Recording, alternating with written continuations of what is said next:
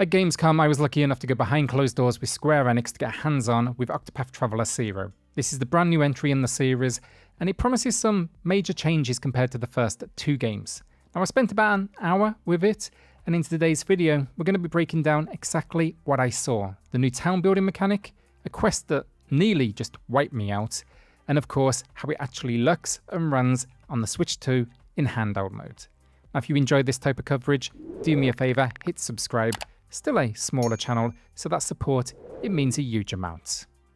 So before we do get into the gameplay itself, I want to quickly address the footage you are seeing on screen. What Square Enix provided appears to be captured on PS5, but honestly, I don't really notice any difference. On Switch 2 handheld, it looked stunning. Sharp visuals, smooth performance, and every bit of the HD 2D charm you'd expect from Square Enix. I also checked the options menu, and unlike Dragon Quest III HD, which gave you a choice between higher fidelity at 30 FPS or reduced visuals at 60, Octopath Traveler 0 only offers a single option, and honestly, that's what I wanted to see because this game looks fantastic. So what exactly is Octopath Traveler 0? Well, it's a new chapter in the series, one that takes inspiration from the mobile spin-off Champions of the Continents, but it rebuilds it as a full console RPG. Now the story, it begins in the town of Wishvale, a quiet settlement that, well, without going into too much detail, it doesn't stay quiet for long. Now after this event occurs, your character sets out on a journey for revenge, while also trying to rebuild this ruined city. And for the first time in the series, this narrative isn't dictating who you play. You're not going to start with a set hero. Instead, you're creating your own character. You'll choose things like how they look, how they sound. And from there, once you've made those decisions, you're going to be gathering companions, you'll complete quests, you'll interact with the world using the series' trademark system of path actions, which is essentially special ways to talk, trade, or fight with NPCs. And the combat as well, for fans, it's going to be super familiar. It's building on a system the series is known for, but basically the idea is simple. You find an enemy's weakness, you break through their defenses, that stuns them, and then it leaves them wide open for massive damage. At the same time, you'll build up points each turn that you can spend to stack up multiple attacks or power up a single hit when you really need it. The big change, however, is how many characters you control. Instead of 4, you now bring 8 into battle. 4 fight on the front line, or 4 wait in reserve.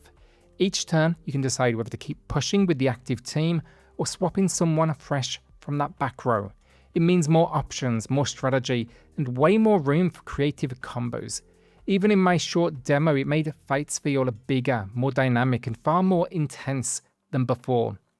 All of this then is wrapped in the gorgeous HD 2D style, that blend of pixel art characters with 3D environments.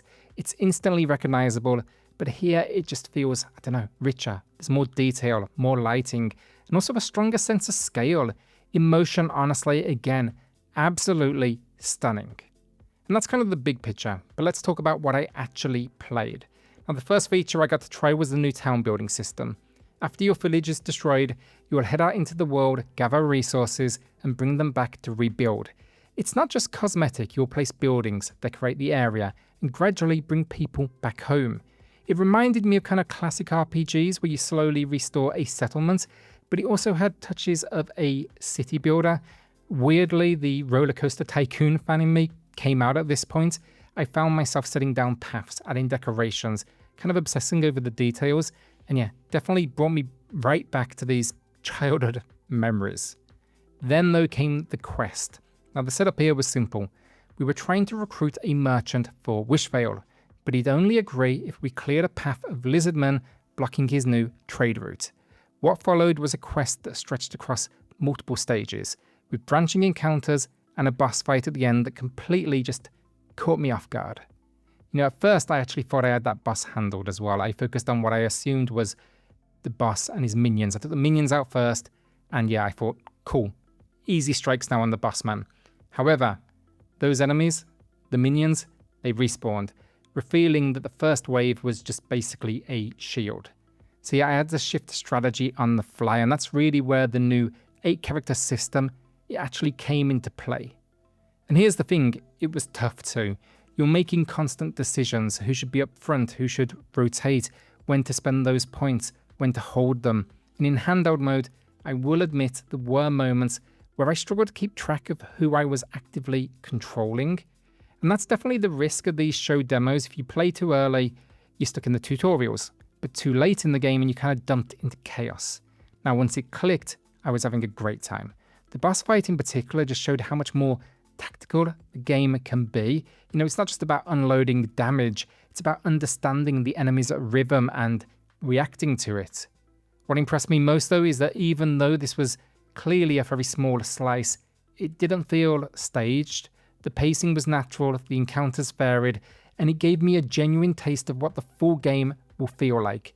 It showcased the depth without drowning me in systems, and yeah, when you're kind of cutting straight into the middle of a game, that's not an easy feat to pull off, but the charm, the Octopath edge that you'd expect, it's all here, it's all very present.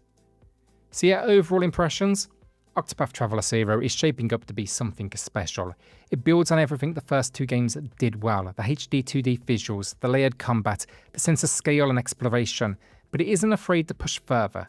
You know, a custom hero, a full town building system, there won't just be that one location, it's going to have multiple locations, and even, perhaps the most bold step of all, a new 8-character battle setup. And yeah, most importantly for many, it looks and runs beautifully on Switch 2 handheld. No compromises that I could see. I was actually playing next to someone on a PS5, just clean visuals and smooth performance that really just, yeah, let the art style shine. Now, of course, again, I only saw a small slice of the game, an hour, one quest, and a taste of the new mechanics. But in that time, I've got to say, it's definitely impressed. Also, on top of the visuals, on top of the gameplay, the music, what I heard, was gorgeous. Sweeping, orchestral, exactly what you'd hope for from the series. And the main quest was fully voice acted, which I imagine will follow the same pattern as Octopath 1 and 2, meaning major storylines voiced, side quests not so much. So yeah, basically, if you were worried this might be a watered down mobile spin-off stretched onto console, don't be. This feels like a full, ambitious RPG, and my short time with it left me wanting just a hell of a lot more. The demo gave me story, strategy, even nostalgia, from restoring a town to clearing a dangerous trade route. And if that's just one quest, I can only imagine how much more the full game will offer.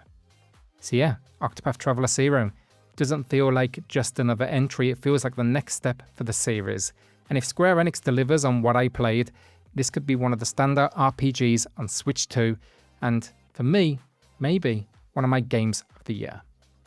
Alright, let me know if you have any questions in the comments down below. I'll do my best to answer what I can. And if you did enjoy this one, do me a favour, subscribe. It helps out the channel a huge amount. Alright, I'll see you on the next one. Cheers all.